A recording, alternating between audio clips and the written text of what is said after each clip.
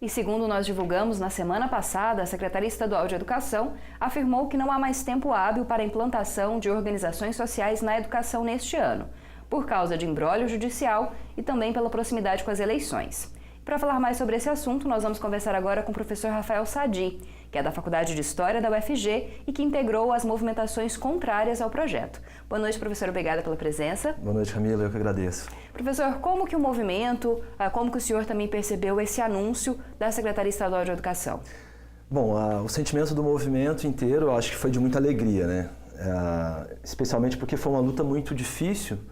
E eu acredito que as pessoas se sentem muito impotentes, né? Elas acham que a gente não consegue vitórias quando se enfrenta poderosos e grandes interesses, né? Então eu acredito que essa vitória ela gerou esperança, né? Gerou um sentimento de potência. Ela quebra muitas vezes esse discurso de que não há nada a se fazer, que o povo não tem poder, que a organização, que a luta dos de baixo não muda nada e tudo mais. Então acho que isso foi um sentimento de muita alegria para todo mundo, especialmente para quem sofreu muito nesse processo, né? Foram muitos estudantes, professores que foram presos, sofrendo muita pressão psicológica no interior das ocupações, dedicaram muito a vida por essa causa e então acho que o sentimento de alívio, de alegria e tal foi muito grande. E também eu acho que quem não participou do movimento, mas que acompanhou, que conheceu um pouco o que eram as OS, também eu acho que se preocupa com a educação, também ficou muito feliz e esperançoso, né? Com a possibilidade de agora pensar mudanças positivas para a educação, né? Professor, o senhor falou dos processos. Como é que andam esses processos?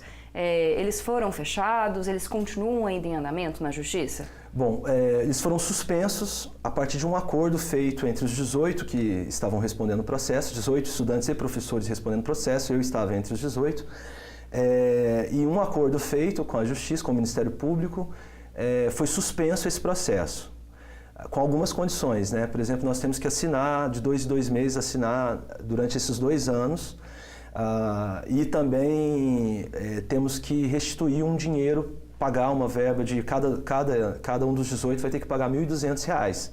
Eles ainda não apresentaram o boleto para a gente pagar, mas assim que for pago e os 2 anos assinando lá no Fórum Criminal, aí é suspenso, aí o processo é arquivado de vez, né? Mas ninguém responde mais nada, né? Isso já é algo positivo. Esse valor seria para cobrir os danos que teriam sido causados na ocupação? Na verdade, os danos, eles são no valor de R$ 120 por pessoa, né? Os danos foram tão grandiosos, né, que eles são R$ 120 por pessoa. O Ministério Público incluiu, né, junto com o juiz, incluiu mais um valor que é comum incluir para a própria justiça criminal.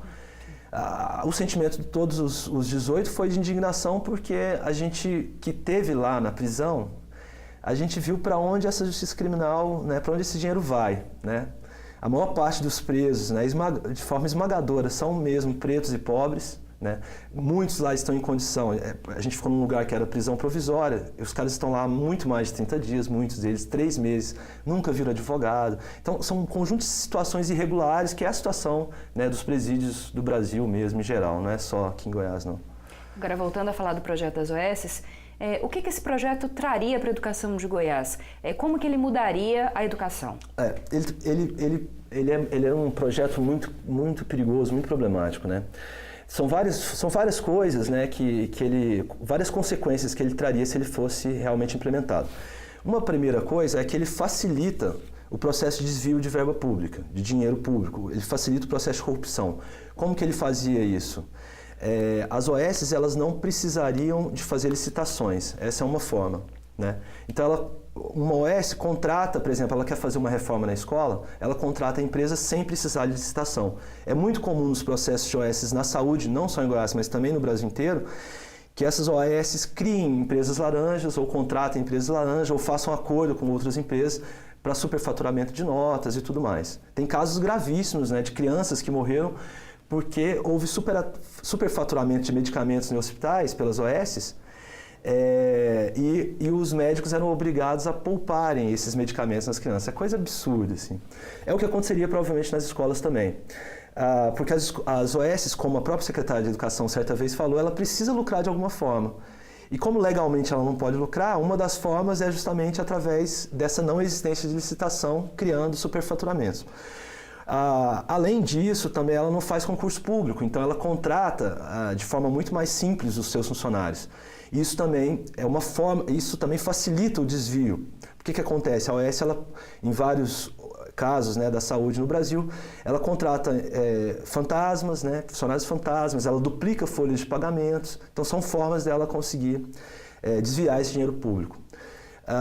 Digo isso com maior tranquilidade porque eu fiz uma pesquisa quem eram as OS, né, e era muito grave quem são essas OS, são OS que já têm histórico de desvio de dinheiro público, de pessoas que estão vinculadas a uma máfia em Goiás, que desviam dinheiro mesmo, não tem nenhum vínculo com a educação, então não tinha um interesse educacional, né, mas o interesse mesmo de lucrar com a educação. Outra consequência é a consequência profissional para os trabalhadores, né, para o professor, por exemplo, você não vai ter mais concurso público, como não tem mais na saúde. Porque a OS não precisa fazer concurso público, então o contrato dela é privado e tudo mais. Isso também deterioraria as condições de trabalho dos professores, né?